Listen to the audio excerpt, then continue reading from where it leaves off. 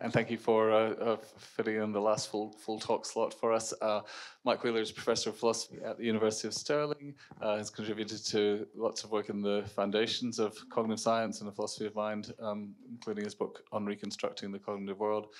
More recently, well, not more recently, Mike's been working in phenomenology for many years as well, in phenomenological philosophy. More recently, work in the cognitive arts and humanities with very widely interdisciplinary networks. We're going to get, I think, a little bit of some of all of those tinges in this talk. Over to you, Mike, on the invisible and the visible building dwelling authenticity. Thanks so much. I'm not sure how the very last session is going to go, but as I am the last official speaker, I get the privilege of saying, let's give John a really big hand for all he's done for this. Really great event. And also another big hand, of course, for all the, what do we say? We just had a talk in the theatre, the backroom staff who've done all the work, including Christine and others. Okay, so John's right that this will be a kind of eclectic talk in the sense that I'm going to draw on a lot of different kinds of knowledge. I'll say a little bit more about that in a moment. But methodologically, I'm going to kind of move in a smooth and unashamed fashion between doing bits of literary analysis, bits of phenomenological philosophy, drawing on some 4E cognitive science and so on. So, buckle up. It's going to be a pretty rough ride. Okay, so what's this about? Good. So I've become interested recently in a concept that I think most of us kind of buy into in a sort of, I wouldn't say uncritical, but in a kind of very ordinary way. A concept that philosophers and others have discussed under the name of authenticity.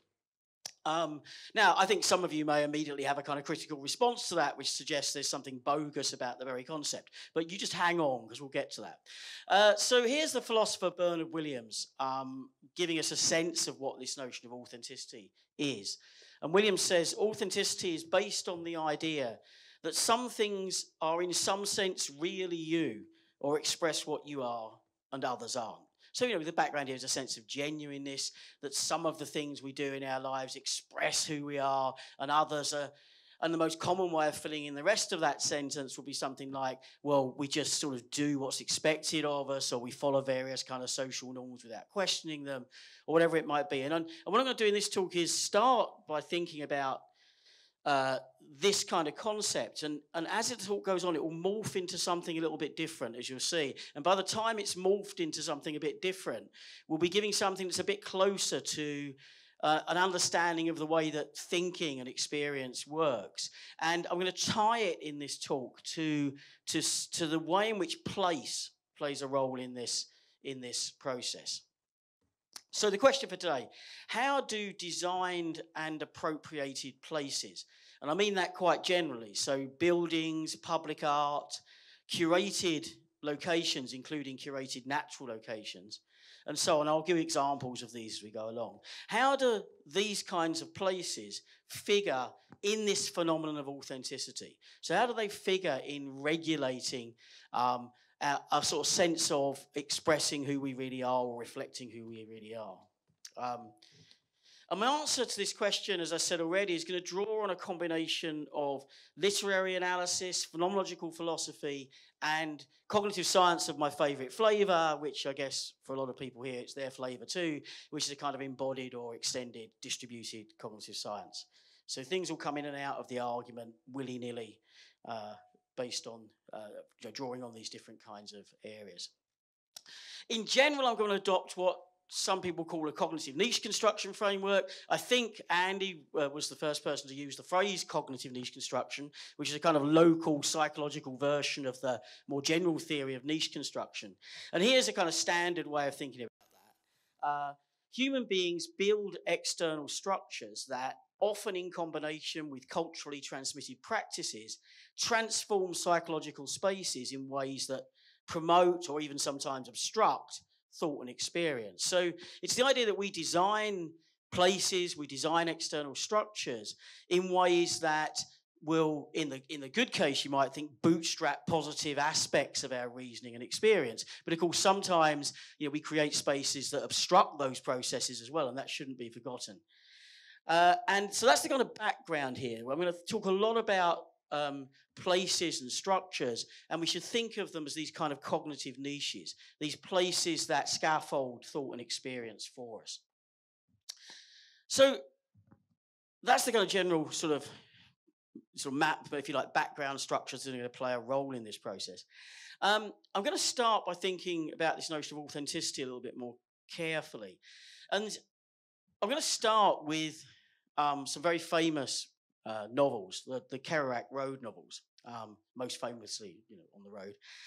And I'm going to understand these in a way that someone like George Moritidis does, which is as books that involve a search for the authentic. The whole point of the Road novels, in a way, is to test this notion of authenticity. So here in these Road novels, and this is reflecting this idea of the inauthentic, of the blocks to authenticity somehow coming from external culture and society, external to us as an individual. You've got to put these novels in the context of post-war America, where you've got this whole group of writers, the Beat Generation, writers and others in the Beat Generation, who are arguing that America's kind of turned into this sort of homogenous place where people just follow, very comfortable, just follow the rules and so on, and they're looking for a way to break out of that. And authenticity in this context becomes this idea of trying to be oneself, and what that means is being outside of those socio-cultural influences. So rather than being leveled down by the crushing sort of monotony of external society and culture, one becomes an individual by rejecting those kind of norms. And the central figure in the Road novels embodies that in a very deep way, that search. The central figure in the Road novels is the Neal Cassady figure. And Neal Cassady turns up. There are at least 3 different versions of On the Road, and Neal Cassady has a different name in each. But Neal Cassady is the real person. That is, Neal Cassady is an anti-hero, an outsider, a criminal. Individuality embodied. That's actually a picture of his actual criminal photo. And Cassady in the Road novels, for those of you who know them, in the most famous version, the published version of On the Road, he gets mythologized as the Dean Moriarty character. And this character is for the kind of Kerouac figure in the novel, becomes this sort of hero searching for the authentic. And the road becomes the kind of metaphor for this. The road is a place, but it's a kind of no place, if you like. That's the kind of interesting thing about roads. Roads go between places, and in some sense sort of are not places at all. But by being such structures, they become this kind of place where the search for authenticity happens. So the road trip in On the Road, which goes from New York City to San Francisco, is driven by a faith that authenticity would be the prize of the traveller on the road. And what's in the original scroll version of On the Road is identified as the magic on the road. The magic on the road is this place where you'll find how to be authentic, how to avoid being crushed by the structures of society. But of course, for those who know these books and what happens, the message of the Road novels is that authenticity is unattainable. There's a massive disappointment in the end in the Dean Moriarty character. And that's because the authenticity does not become realised. And the reason for that, I think, we have to think about why that is. Why is it that the search for authenticity in the Road novels fails? And I think the deep structure for that, or the deep reason for that, is very clearly falls out of the Road novels, which is the very idea of a kind of totally spontaneous individual outside of society and culture is just an illusion. It's something that cannot be achieved by any concrete embodied human being, because we're essentially creatures of society and culture. And so whatever authenticity is going to turn out to be, and to the extent we take that to continue to be a real idea that we want to somehow see as something we might want to live up to, it cannot be achieved on the basis of taking oneself outside of the normative structures of our societies and our cultures into which we've become initialized through development. Rather, whatever authenticity is, it has to be something else. So the first move in this talk is just to suggest that that kind of obvious, if you like, romantic idea of authenticity is not what we're going to get, right? That's just it's a loop because it's actually unobtainable for creatures like us. So where do we go next? Okay, well, here's where the phenomenological philosophy starts to kick in. So famously in Division 2, and those of you who know my work will know I've written a lot on Division 1 of Heidegger's Being and Time, but it's time to turn to Division 2, and as we'll see later, something beyond that. But in Division 2 of Being and Time, the phenomenological philosopher Martin Heidegger, of course, controversial figure for all kinds of reasons now, but at least as far as this is concerned, I think we're safe to think about this notion. Heidegger argues not that the authentic self is this kind of spontaneous, outside of society and culture individual. Rather, the authentic self is, as he puts it, the self that's mine, the self that's owned by me. So we now have this distinction between a self that I own in some sense and the self that I don't own. And the self that I don't own is the inauthentic self. So to put a little bit more sort of, as it were, flesh on the bones here, let's start with the inauthentic half of that. So Heidegger rebrands inauthenticity as what he calls fallenness, and another famous phrase of his, the dictatorship of the they. And this is this model that we see reflecting in the kind of driving force of the Kerouac material, this idea of an individual who just goes along with the norms and the structures of the society that's around them, without questioning those norms, without in some sense having any different distance from those norms at any point. So we have this idea of inauthenticity, but we have to, despite the quasi-religious language of fallenness, what's really important for Heidegger is this is not a moral judgment about inauthenticity. Inauthenticity for Heidegger is our default mode of being. What we do as concrete, embodied, socialized individuals is spend most of our time just going along with the kinds of ways of behaving that we've inherited from our development and our socialization. How we behave at weddings, how we behave in conferences, how we behave in the theatre. It's a kind of just a way of going along with what one does. And that notion of the one there is really important. I mean, another way of translating Das Man, which is translated in that famous phrase, dictatorship of the they, is as the one, what one does. In a sense, it's the no one. It's just what one goes along with. So Heidegger rebrands inauthenticity as that kind of dictatorship of the they. And you get this idea that in these cases, the self is sort of owned by something other than oneself, okay? And actually, there's a really tempting psychological explanation of this. For anybody who knows any recent social psychology, what's become very popular in some circles is the idea of conformist bias. So if one were looking for a sort of naturalization of this idea, one might look to those parts of social psychology that think that each of us, as a biological human being, is born with a kind of conformist bias, a bias to conform with the behaviours of those around us, either the majority or those who have particular kind of power. And so now we have to be careful here. Erickson and Cortas have done an really interesting set of experiments and kind of conceptual critique to suggest that actually conformist bias is a bit of an illusion. There's plenty of experiments where we tend to be, if anything, anti-conformist bias.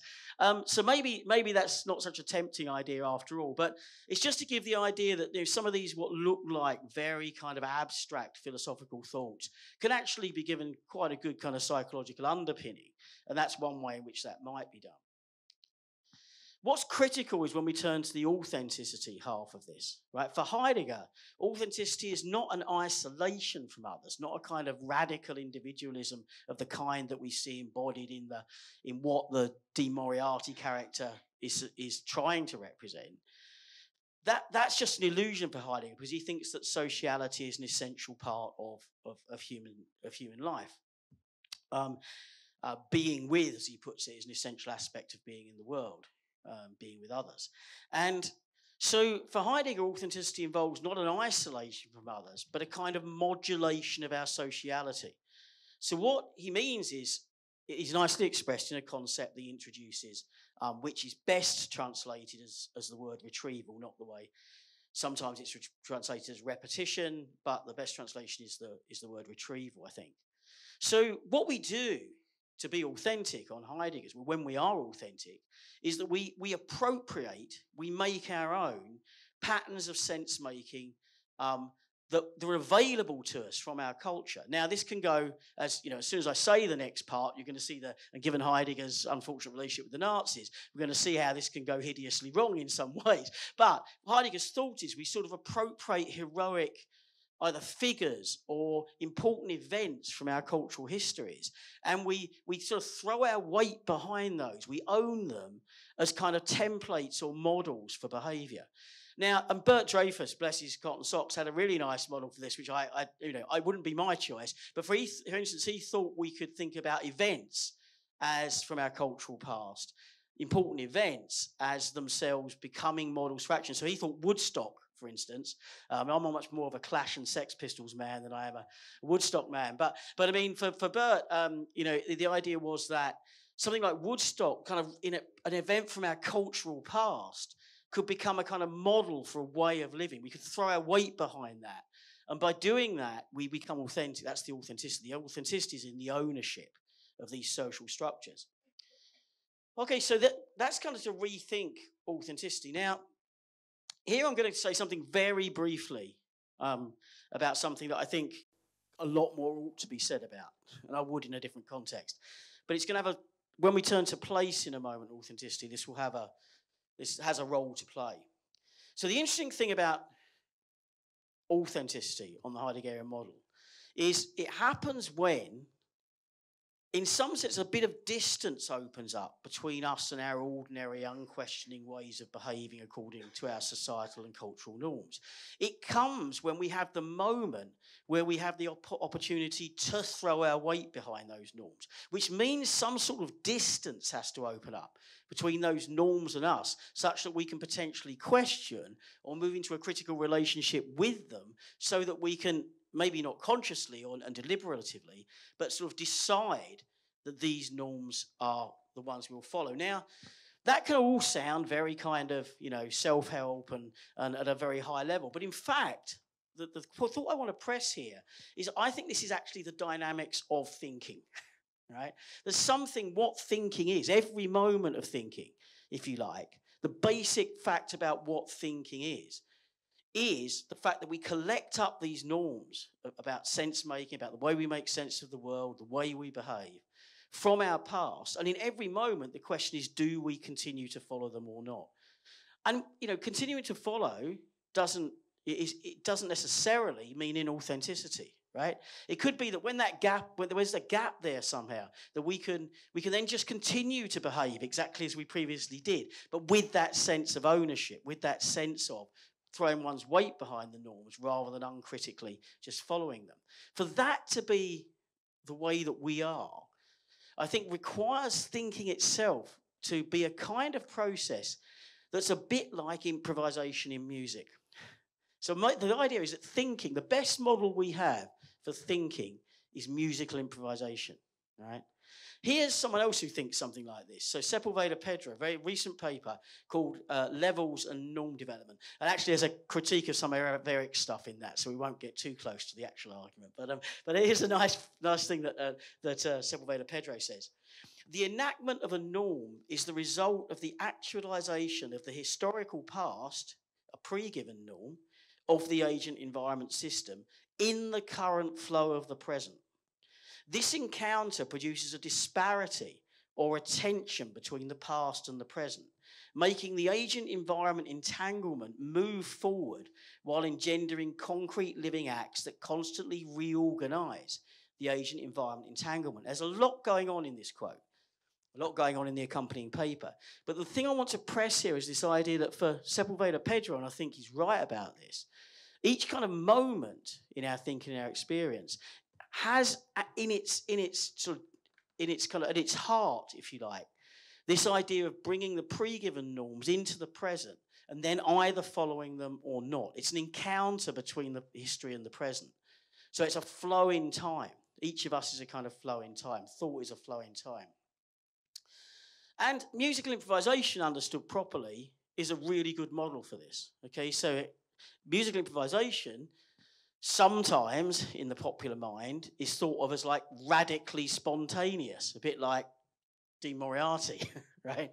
But of course, no musical improviser is really that. Musical improvisers have enormous sets of pre-given skills and ways of proceeding that they've built up through their training, and that they then apply in the present, so that history of norms comes with them. And they apply in the present, or break, or or develop, or mould in that encounter in the present. So I say something more about this. There's an online talk called Cognition in the Not So Wild, where I talk a bit more about this. But it's thinking about improvisation. Kerouac himself, to go back to that example, he's famous for these, like, the original version of On the Road is one long paragraph, right, just typed on a scroll, the original scroll, he's famous for this kind of fast, automatic sort of writing in the way that he wrote. But of course, that was developed over many, many, many, many training sessions where he would sit at his window and just write, trying to capture what he saw before him, before he then turns to the moment where he produces the created output. So the idea is that even these kinds of creative skills that we might think of as improvisation or close to improvisation are done on the basis of many, many training sessions where one develops the right kind of skills for going on.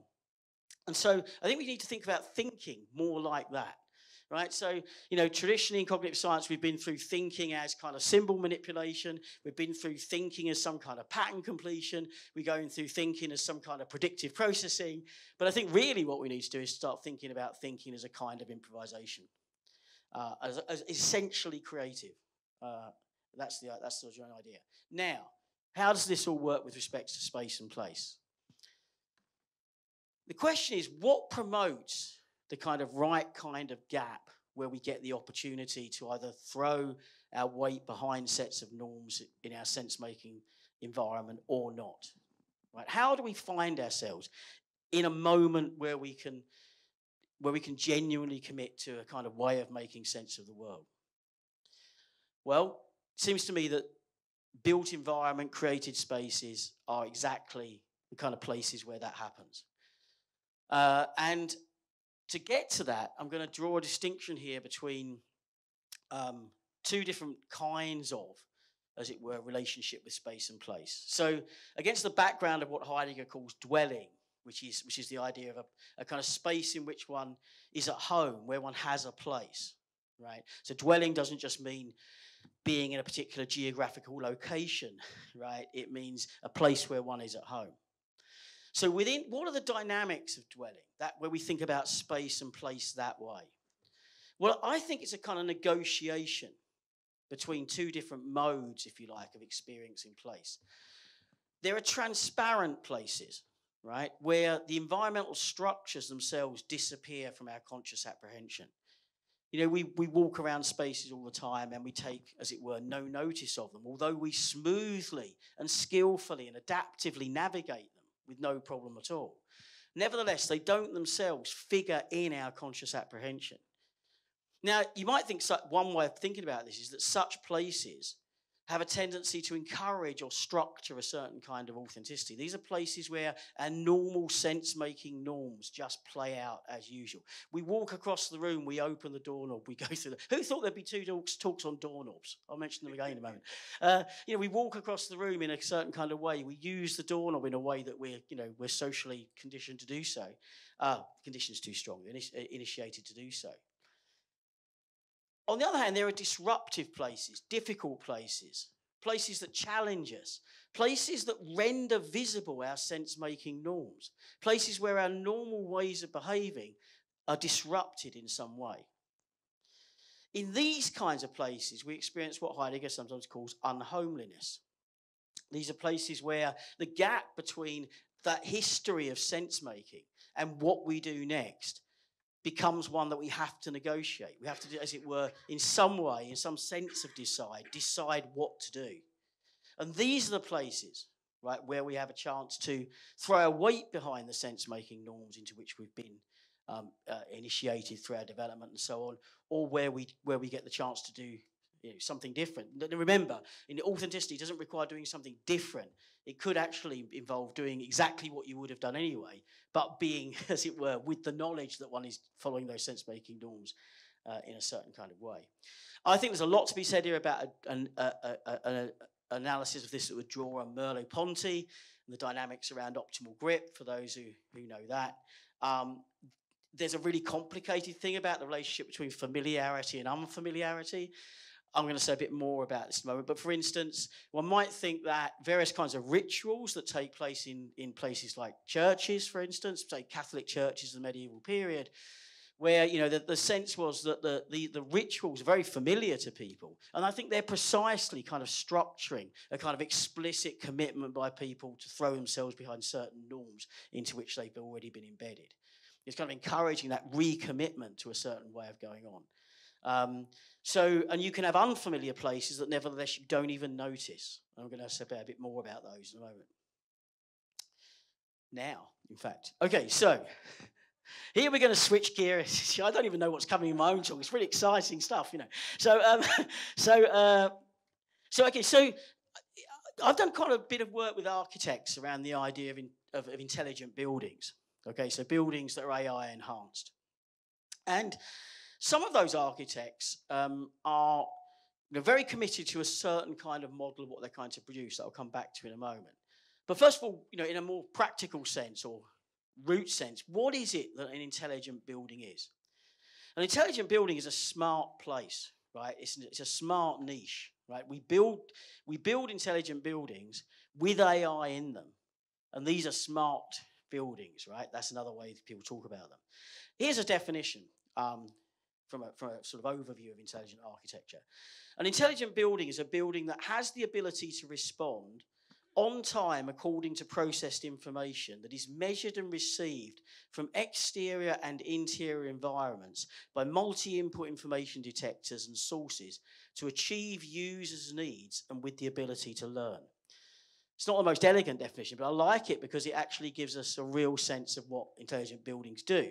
And roughly, the commitment to those who want to AI-enhance buildings is a commitment to involving a kind of combination of surveillance, machine learning, and prediction, right, to make these buildings places that, with respect to some norm of inhabitation, are good to inhabit. So these buildings will track us, right? They'll measure various kinds of, responses that we have. They'll use deep learning to learn about our behaviours. If you'd like the place to be a particular temperature at a particular time of day, the building will pick up on that and will make sure it's the right temperature at the right time of day. You've got a mixture of surveillance and learning and also predicting what we want. You heading across the room, the door opens, because that's what the building has worked out is what you want next. So the idea is that these smart niches, intelligent buildings, AI-enhanced buildings, will become places that are kind of moulding themselves in a kind of on-time and real-time way to our needs and wants as perceived by the building, right, based on its learning past. And certainly some architects who worked in this area. In fact, some architects who haven't even touched AI still have this model of what a building ought to be. The idea is to produce a building, as it were, that we don't even notice, right? Because everything just adapts itself around us so that we can get on with whatever we want to do with our lives. And the building itself does not, as it were, become part of our world, right? It's a kind of smooth, functional support for us to do other things.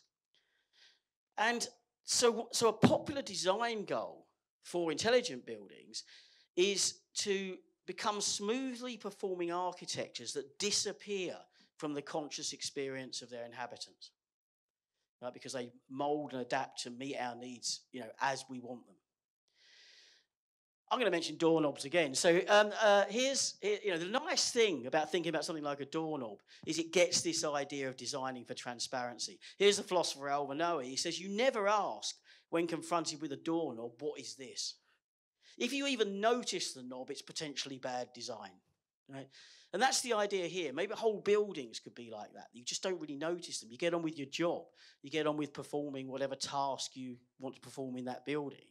And the building itself is not something that we notice. It becomes transparent to us.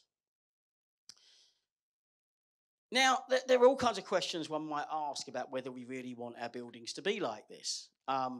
One could raise various kinds of worries. Obviously, as Andy was saying earlier, there's a positive spin on this as well in terms of AI systems dividing up the world in ways that are different to the way we do it, because factored into our development and thinking in the right kind of way, that provides another source of possible structuring and promotion of the needs that are being met by the cognitive niche. But of course, there are other versions of this where we have the idea that the deep learning algorithms end up dividing up the world in ways that, of course, make perfect sense from the perspective of the data. They're a pretty legitimate way of dividing up the data, but just no longer match the way that we divide up that data.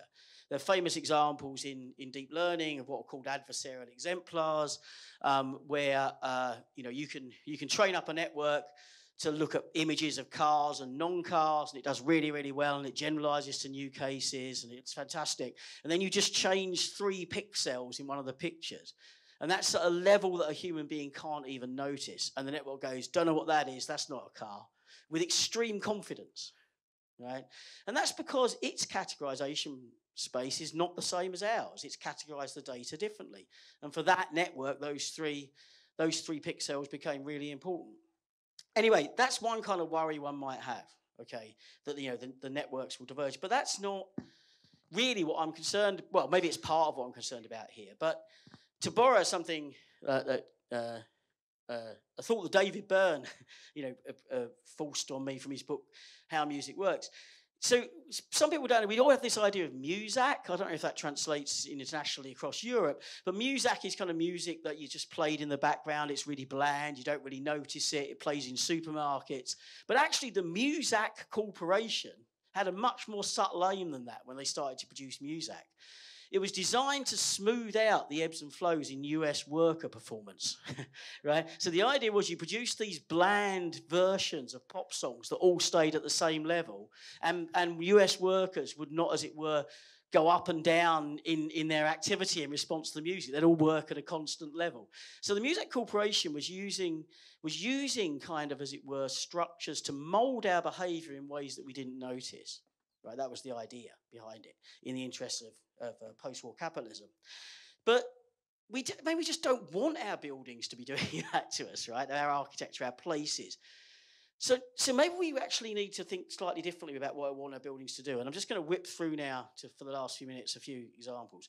So here's a space, right, that I think promotes not that kind of smooth, unnoticed continuation with the norms into which we've become initiated, but rather forces us to question those norms in a really extreme way. Though some of you will know, these are the front gates of Auschwitz-Birkenau, which was the industrialized murder camp that the Nazis produced, where the trains just drove into the camp and people stepped out the trains into the showers, which were, of course, the gas ovens. And so this was a kind of killing on an industrialized scale. And when we see these places, and this, of course, now is a curated space for visiting, and it has some astonishing elements to it, such as the fact there's a housing estate built right up to the wall so that people can get up in the morning and look over the wall into Auschwitz-Birkenau. I mean, amazing sort of place. But these curated spaces, when they do their job, this kind of opens up a sense in we can ask questions about the norms that we would normally use to make sense of the world.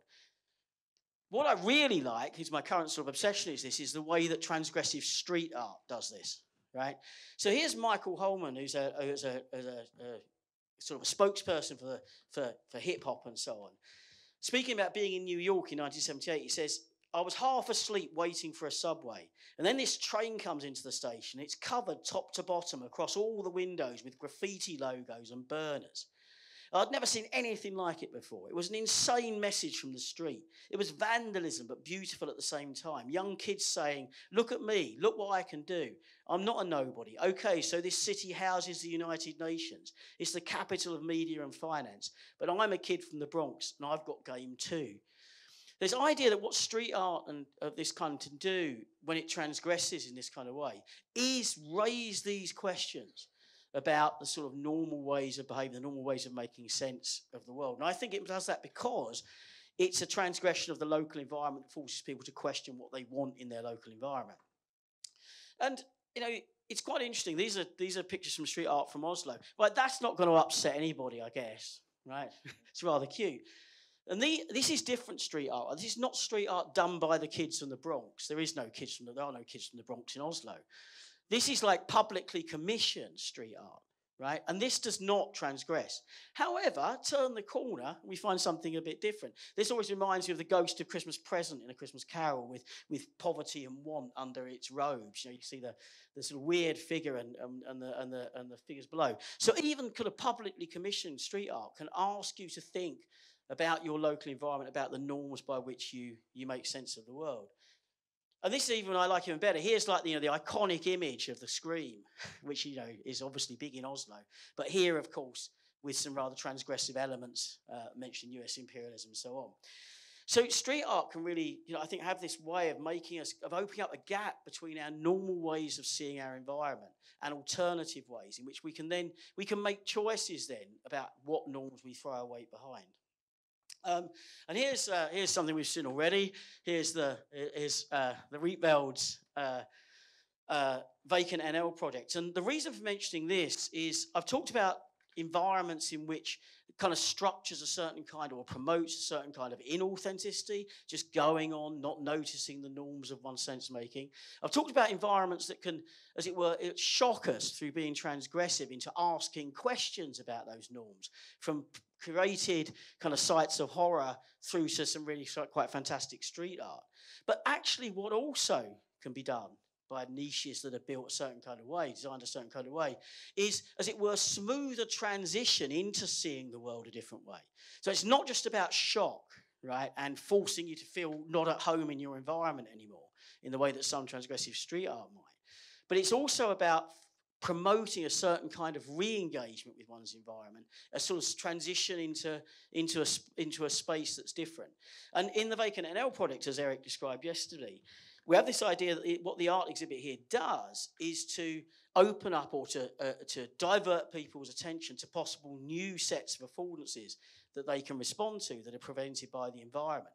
So we have these models of the empty schools and the empty government buildings that could be spaces for other kind of inhabitation. And so what this project does, I think, is it will smooth that process of asking about, you know, different ways of sense making with respect to our environment. It sort of supports the detection of unconventional but relevant affordances. Right, so definitely affordances to which we can use to make sense of the world, but ones which we were not noticing as relevant. So the niches that we build, the spaces that we build, don't have to, you know, as it were, smoothly structure a kind of inauthenticity. They don't have to shock us. They can actually be part of that process of change and of adaptivity. Because I'm out of time, I won't talk about the second example, which is to go back to literature. I'll just finish. So this is... as was the first slide, this is street art in this very city from Ménilmontant. And I like this because of the phrase magic moments. Right? Because I kind of think that's what this is all about, right? These are the sort of way in which we can use spaces, not merely to make us go on as we always did, but spaces that can sometimes make us question and make us think about what norms we want to throw our weight behind in the ongoing improvisation that is thinking, right, that is experience, but also spaces that can nudge and guide and open up new possibilities within that. And again, you know, I think street art does an amazing and interesting job of that, but it's not the only way. And I think one of the things, you know, when we think about space, and we think about the way in which space and place interacts with experience, I kind of think there's a sort of value in taking a concept like authenticity, which can sound like such an abstract and not relevant concept, and seeing that actually it's deeply embedded in our ordinary experience of our environment through this constant process of being presented with, negotiating, renegotiating the norms by which we live. So that's where I'm going to finish. Thank you.